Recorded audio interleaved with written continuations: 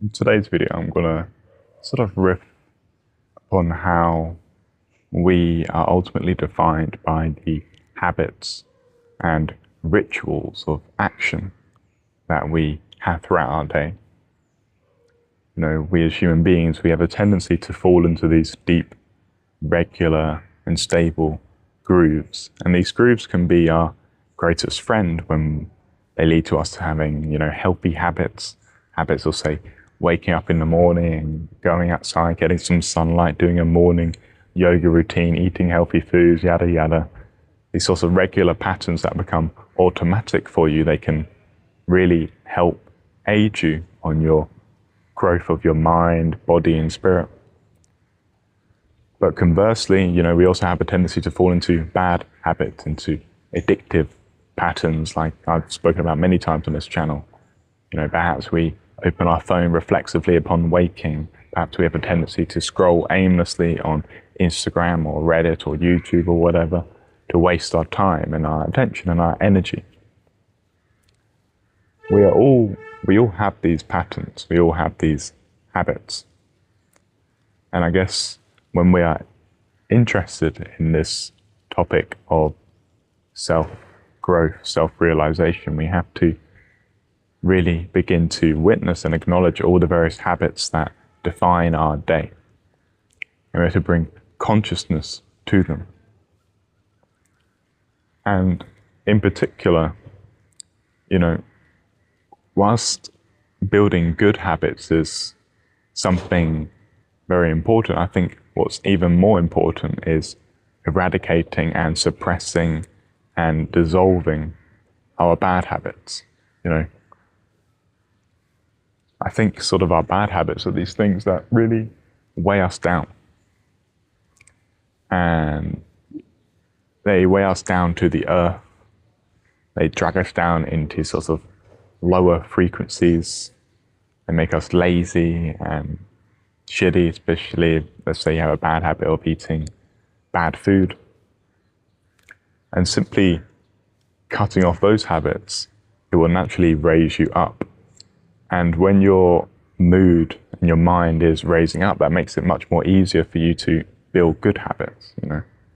It's very difficult to build good habits when you have 20 other different bad habits that are preventing you from having the willpower and the ability to, inhibit your consciousness.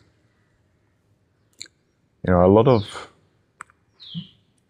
what goes into breaking a bad habit is the initial stage of witnessing and acknowledging it and bringing our sort of consciousness to it.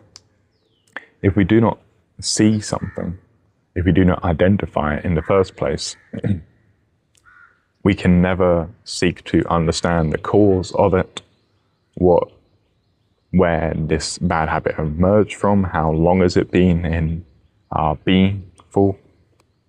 So identification is the first essential step.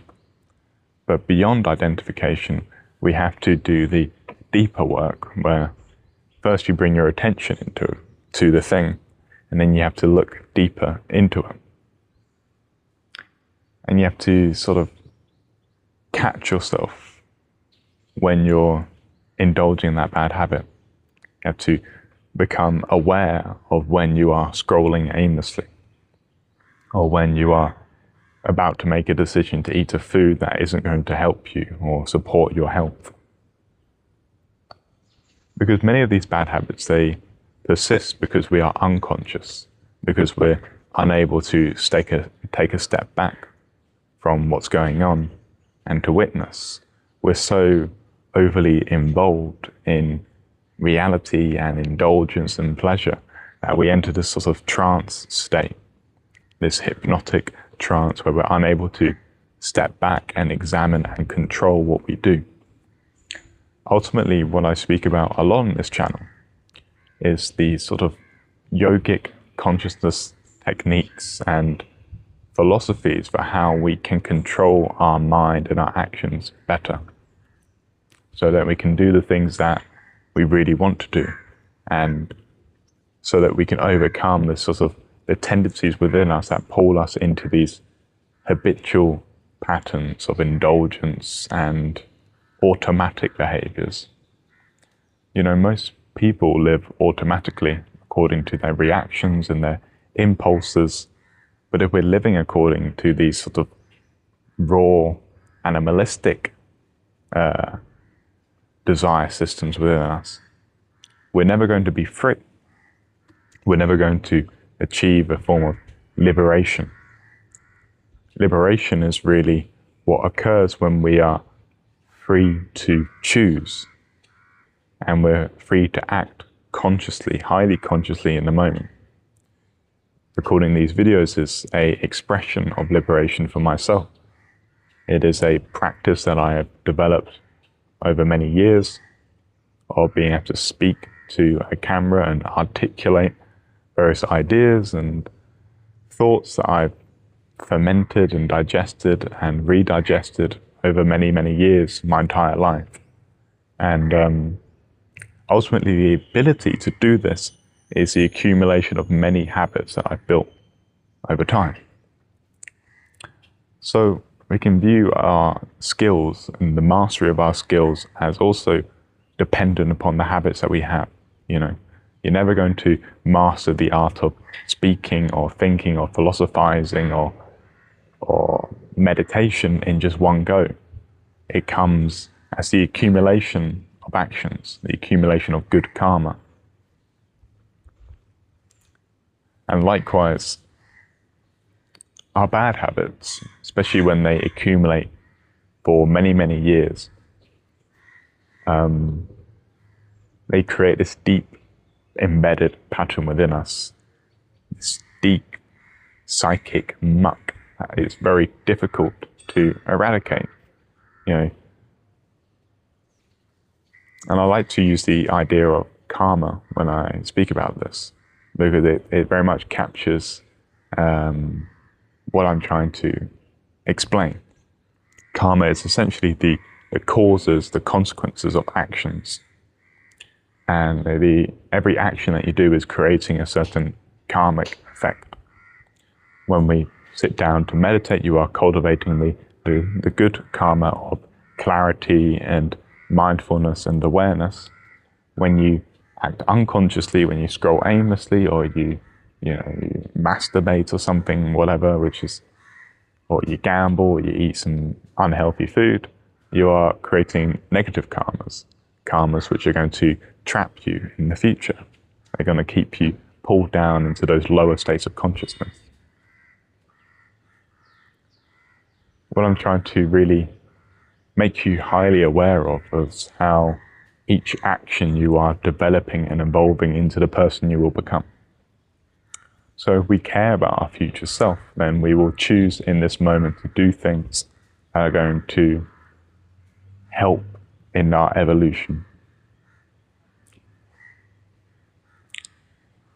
And as well, the patterns that are really, really deep within us are often the hardest ones to dissolve. But they can be dissolved, obviously.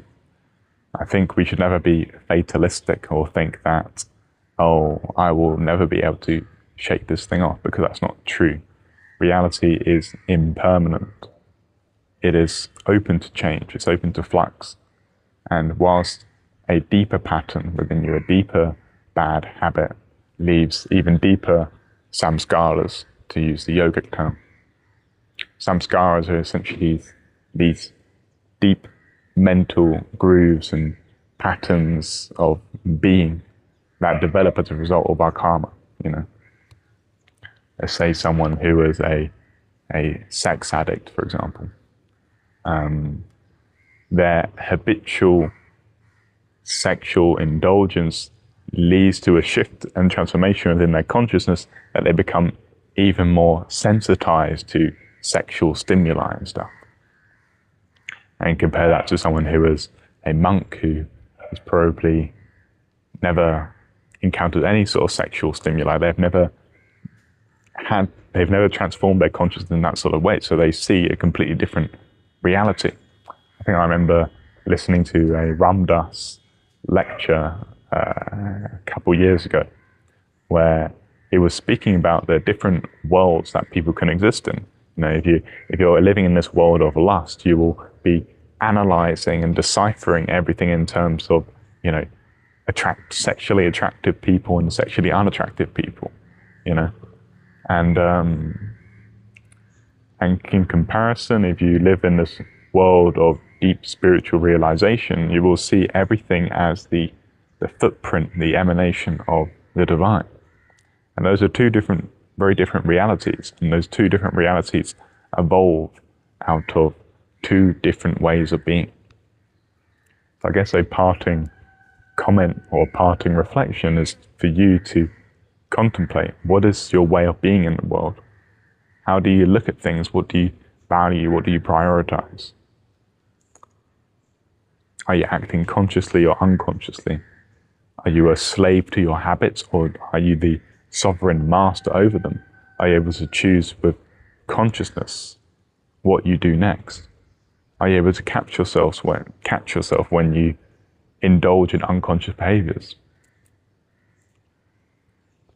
I'll leave that for you to think about. Anyways, adios everyone.